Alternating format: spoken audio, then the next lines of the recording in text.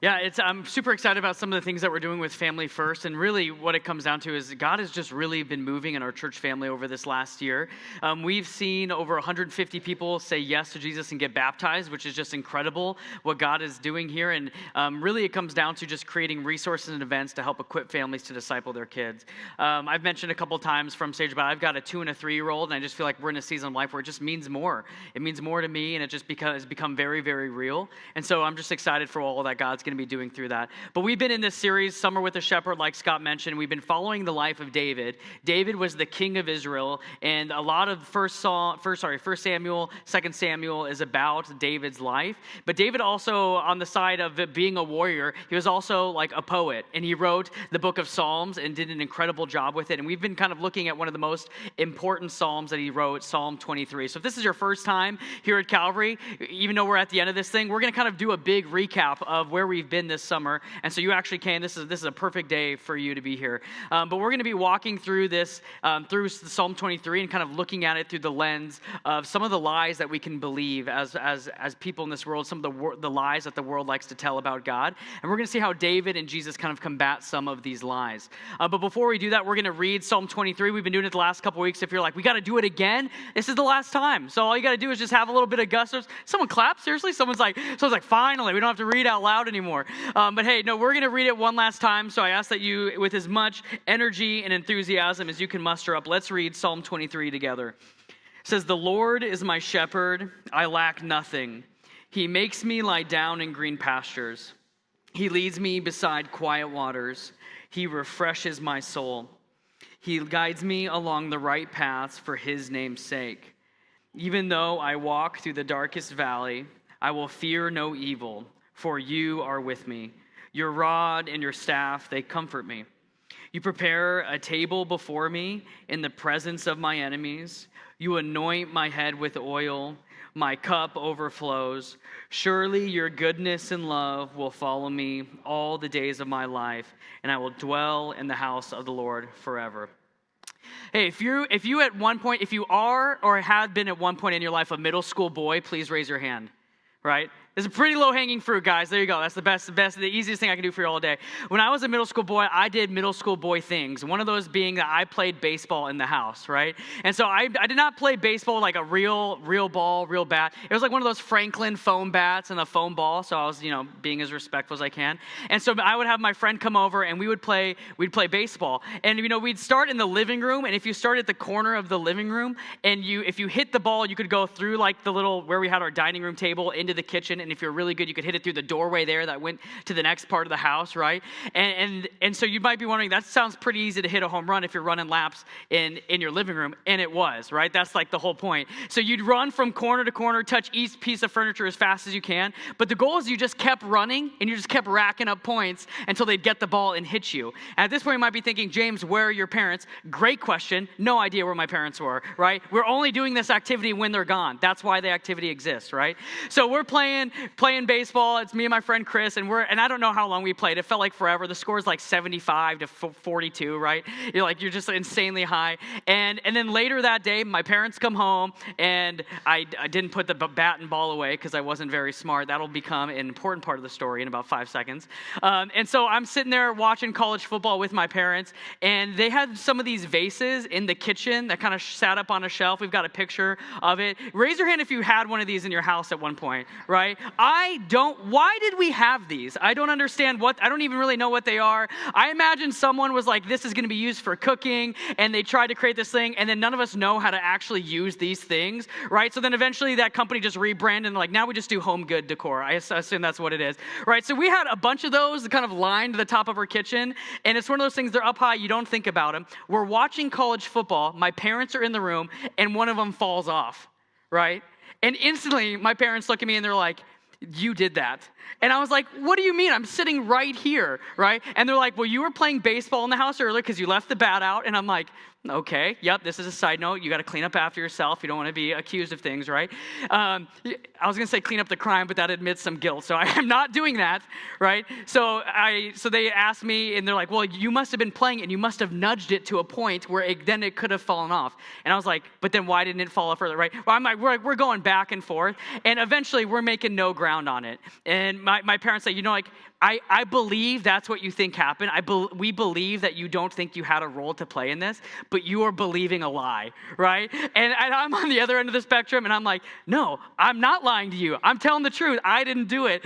And so we just had this whole argument. And to this day, I will not concede that I had any role in that, right? And my dad was like trying to convince me that he's like, you got to understand what your mom's saying, right? He's like having me like, it's like coach talk in the other room when mom's not around. He's like, mom just wants to hear you say sorry, all this stuff. And I'm like, I'm not apologizing for something I didn't do, right? This is not a textbook way to handle conflict resolution in your house. So I don't want you to hear that as it being this, right? But really what it comes down to is like to this day, we both believe different ends of what we think is truth, right? How we both are perceiving reality, we think that we're on different ends of the spectrum of what that means. And at the end of the day, one of us is wrong, not me, right? So one of us is probably not telling the truth or is really interpreting it wrong. And today, as we're going to go look back through Psalm 23, and we're going to kind of see that there's a couple really popular lies that the world likes to say about God or what it's like to walk with God or what it's like to be a follower of Jesus. And we're going to see how even through Psalm 23, David, whether intentionally or not, is actually fighting back and pushing back on some of those things. And this first lie that we're going to kind of tackle today is that God is trying to control you. If God is real, God's trying to use you, and he doesn't have what's best for you. God's trying to control you and make his will be done, and it's just kind of like he's kind of putting it on you to be better, right? This is kind of how people can envision God functioning in our world. But over the last 5 weeks, we've looked at the life of David, and we saw that he basically was the most unimportant kid in his family, right? When they came, they were looking for a new king. His dad didn't even bother to invite him. And then he actually gets anointed king, but he's not king yet. He actually is the one that goes and fights Goliath and defeats Goliath, but still not king. The king starts to get a little jealous of him and wants to kill him, and so starts pursuing him. So now he's running for his life. He eventually becomes king, where you would think now all of his problems are going to go away, but instead he's still finding battles that he has to fight. And then eventually his son actually tries to kill him because he wants to take the throne from himself. And this whole time, David is trying to stay in a relationship with God. And so if there's anyone that could believe that God's just trying to use me to accomplish his own end, it would be David, right? But that's not at all what David says. At the beginning of the Psalm 23 that we just read, the first verse says, "The Lord is my shepherd, I lack nothing." You see, the truth that David understood and that we need to understand, the first truth in combating that God's trying to control us is that it's not control, it's contentment. God is trying to help guide us into contentment.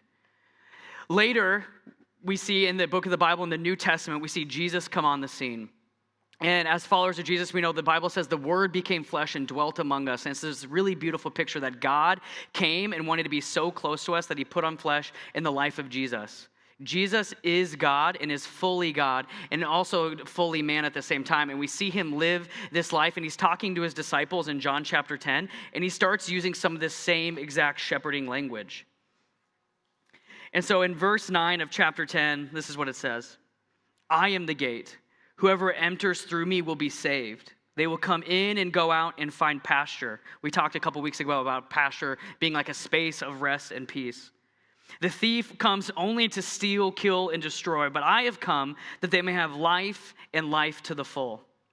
Does this sound like pressure in our life, or does this sound like presence?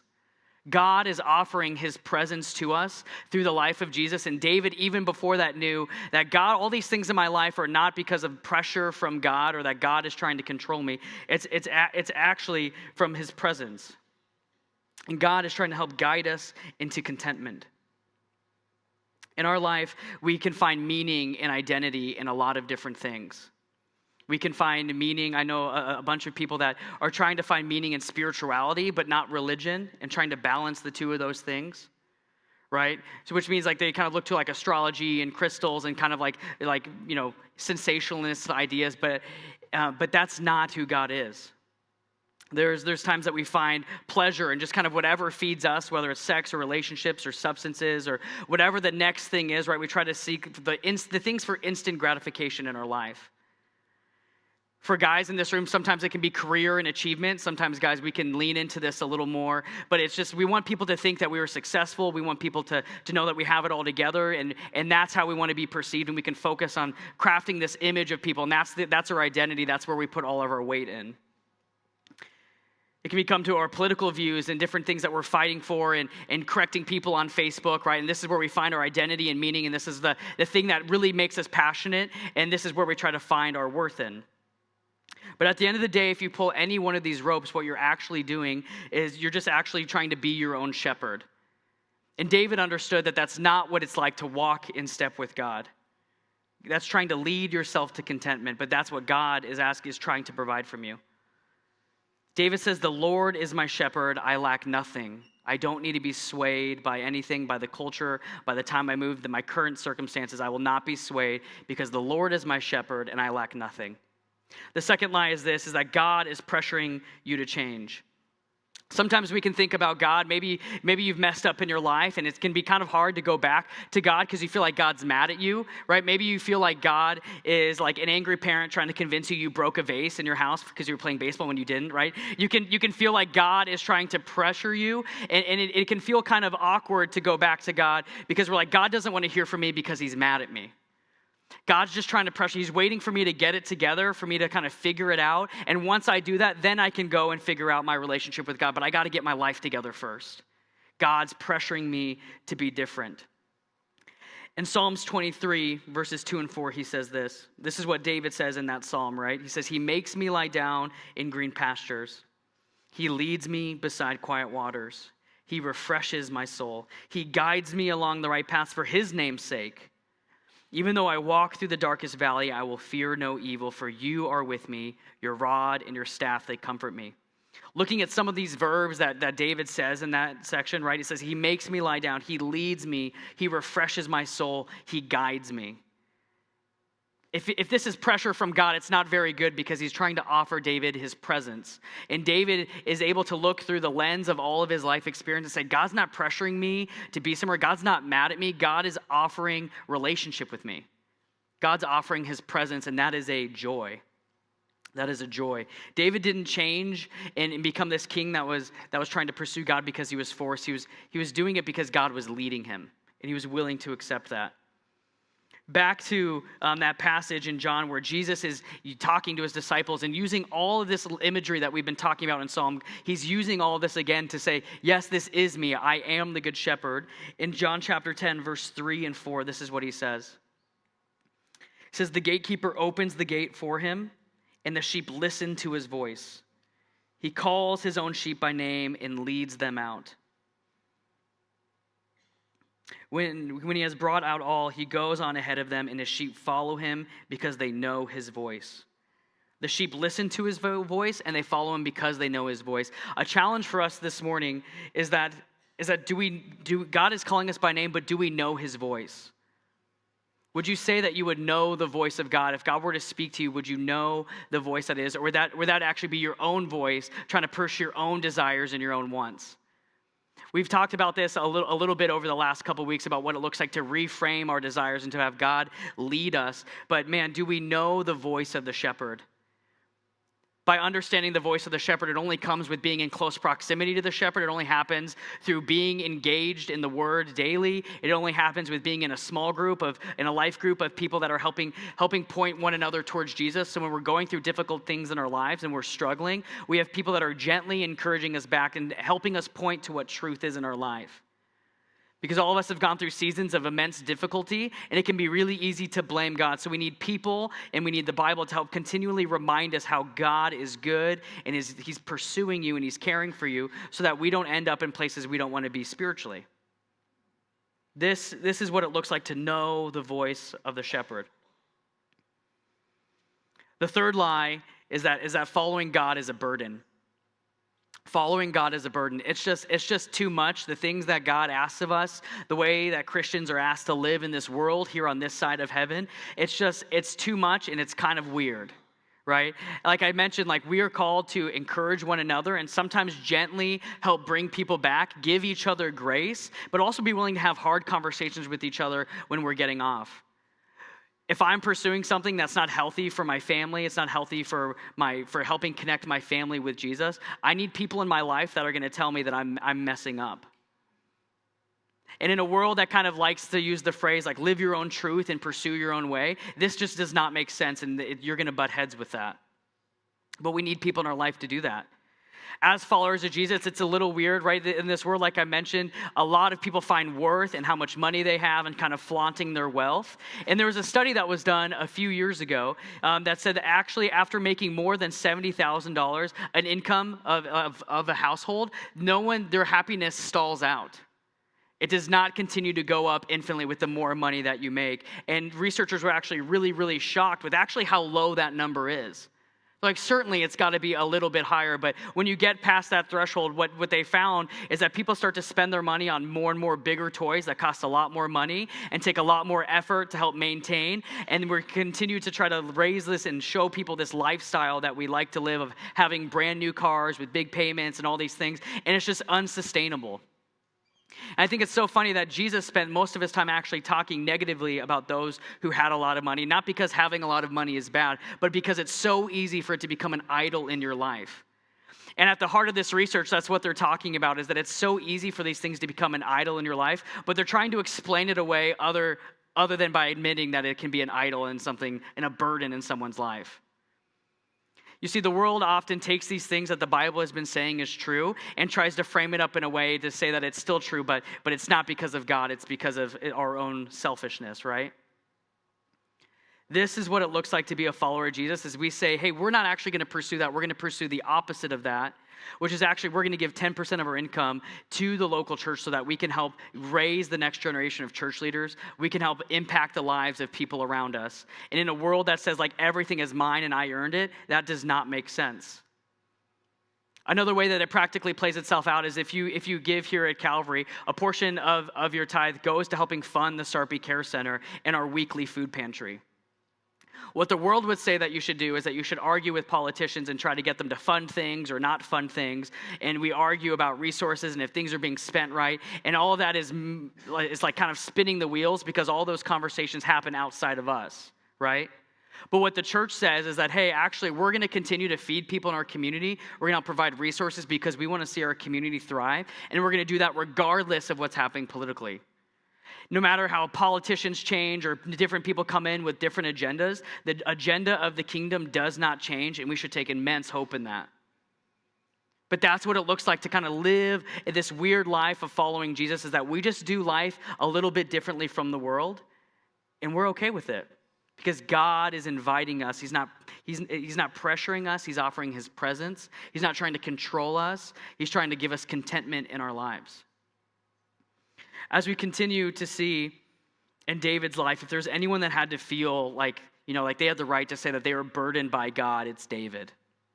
Like I mentioned, a couple of these things, enemies surrounded him. His life was full of battles. The king was trying to kill him. He became king. And then someone's trying to kill him because they want to be king, right? It's this whole thing of like, God, I don't know if following you is worth it. I don't know if it's worth the energy it takes. I don't know if it's worth all of it. It would just be easier just to coast and be kind of apathetic, to maybe go back to a life of shepherding and just not deal with this. But what does David say? In Psalm 23, in verses 5 and 6, he says, "You prepare a table before me in the presence of my enemies. You anoint my head with oil. My cup overflows. Surely your goodness and love will follow me all the days of my life, and I will dwell in the house of the Lord forever." I think it's so cool that it says that you prepare a table for me in the presence of my enemies. You anoint my head with oil, and my cup overflows. It doesn't sound like someone that's being crushed under a burden of walking with Jesus. It actually sounds like someone that's living under a blessing of being in relationship with God. Not because life was easy. It wasn't a blessing because his life was easy. It was a blessing because God is faithful, and God is who he says he is. So truth number 3 is that it's not a burden, it's a blessing. Being in relationship with God is not a burden, it's a blessing. Like I mentioned, the world can often try to frame up walking with God as being a set of rules and being really rigid, and this is a way, and it's kind of outdated for the time and the culture that we live in. But this just isn't true. That phrase, surely goodness and mercy will follow me all the days of my life. Maybe when we read that at the beginning, at the kind of the top of the hour here, when we read that, you might have like maybe paused a little bit and you're like, I can see some of these things, but I don't know if goodness and mercy is following me all the days of my life. I don't know if I see that. Because I know people who have struggled with sicknesses that they didn't deserve to have. I know people that have lost their jobs. I've lost my job. I prayed that my parents wouldn't get divorced when I was growing up, and they still did, right? And we see all this brokenness in the world. We see the news, and we know like our financial situation. It's like, if God is really good, how could all of these things happen to me? But David says, surely goodness and mercy is following me all the days of my life. And in that next line, it's like the greatest blessing, that goodness and mercy that's following us. It's not actually a new job. It's not actually a bigger income. It's not actually not having issues in our life. What it actually is it's dwelling in the house of the Lord forever. David says, and I will dwell in the house of the Lord forever. Jesus, when he's, kind of going on talking about being the shepherd, he kind of ends kind of that portion in John 10, and he says this. He says, I am the good shepherd. The good shepherd lays down his life for his sheep, for the sheep. This is what it looks like to dwell in the house of the Lord forever. You see, there's the unique thing about Christianity from other religions is that God came and put on flesh, and he came to dwell among us. He came to be here in our presence so that we would know what it's like to be in his presence. Lots of other religions in the world are kind of like, hey, you've done something to make God really, really mad at you. And if you want to be on God's right side, if you want God not to be angry with you, here's the things that you need to do. And if you don't do it, then God's going to punish you. But the Bible tells a little bit of a different story. It's that actually God came to dwell among us because he wanted to be in relationship with us. And he's deciding to uphold both ends of the promise so that we can get to know him. And if we say no to that, we have the option to say no to this relationship with God. But the Bible tells a story that that's just going to allow you to pursue the path of what you think works out, and you're going to find out it doesn't work out. Because the Bible says that goodness is the presence of God. So anything without the presence of God, there's nothing good that's there. That's evil. That's selfish desires. It's selfish ambition. And it can't lead to fruitfulness for a community of people. This is the story of the Bible, and it's so unique because God is offering your presence.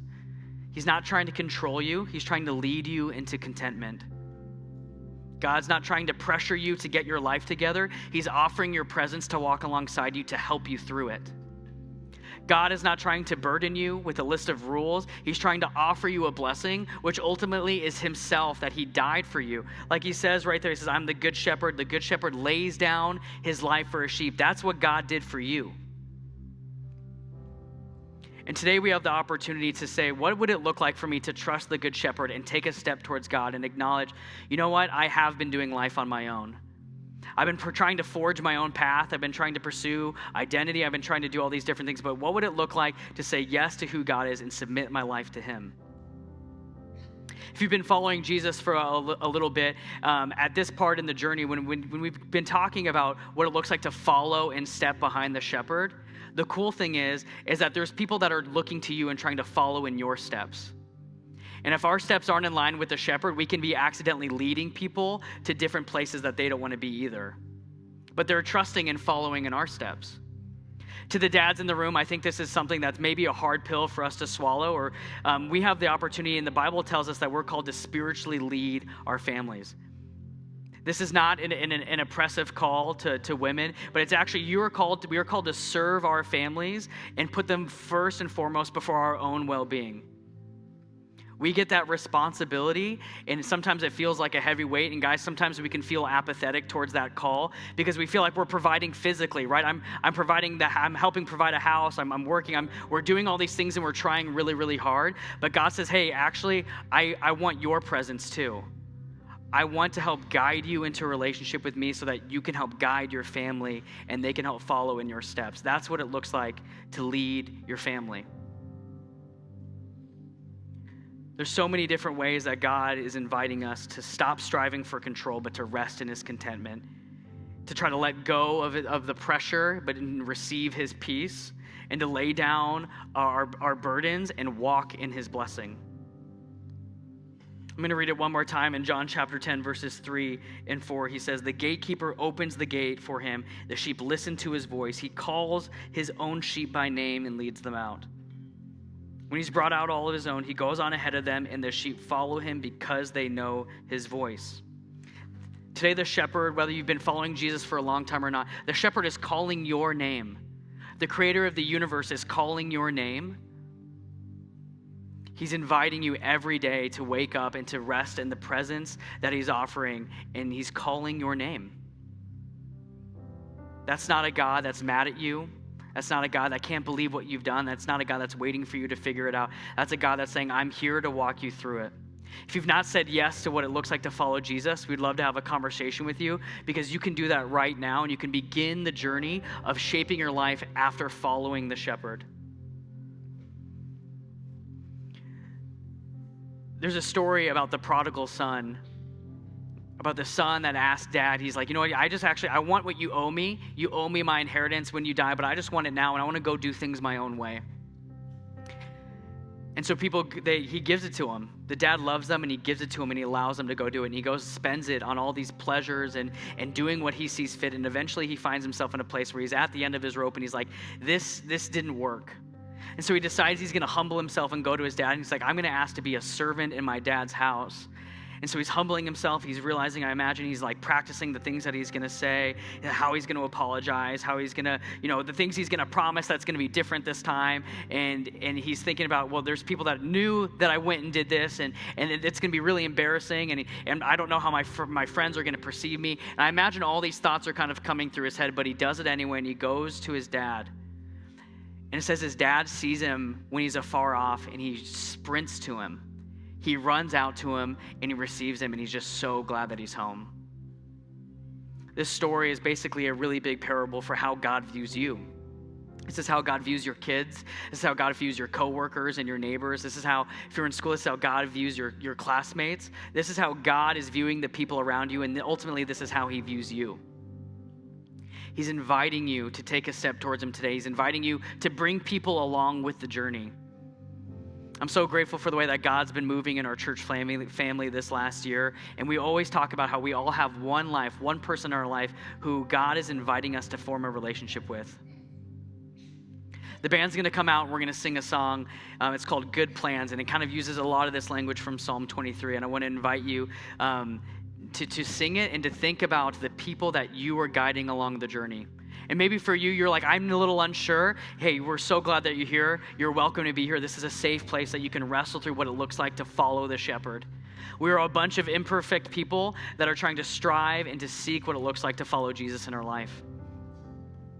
And more than anything through this series, we hope that you've maybe tried to identify some ways that you need to help get back on track and follow in the path of the shepherd. God is not mad at you. He's inviting you. Let's follow the shepherd together.